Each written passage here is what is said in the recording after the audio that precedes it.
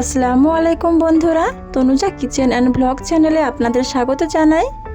আজকে আবারও নিয়ে চলে এসেছি একটি নতুন রেসিপি।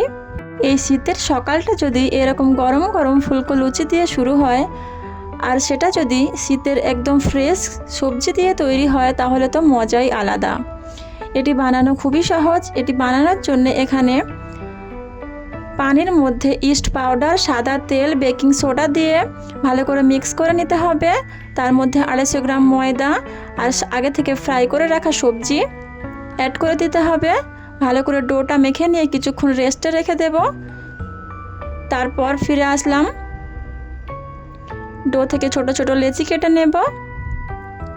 তারপর হালকা হাতে লেচিগুলোকে গোল গোল শেপ দিয়ে নেব। কিছুক্ষণ পেপার দিয়ে রেস্টে রেখে দিতে হবে।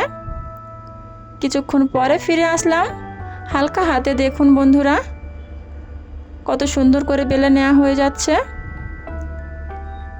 যত হালকা হাতে বেলবে লুচি তত ভালো সুন্দর ফুলবে। বেলা হয়ে গেছে, বেলুনির সাহায্যে এইভাবে কড়াইতে দিয়ে দিলাম।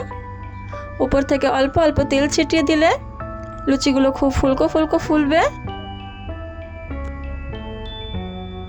এক পিঠ হয়ে গেছে, আর এক পিঠে দিয়ে দেব। এভাবে করে সব লুচিগুলো বানিয়ে নিয়েছি। আপনারা চাইলে এটি মাংস তরকারি কিংবা ঘুগনির সাথে পরিবেশন করতে পারেন। রেসিপিটি কেমন হয়েছে প্লিজ কমেন্ট করে জানাবেন। ধন্যবাদ।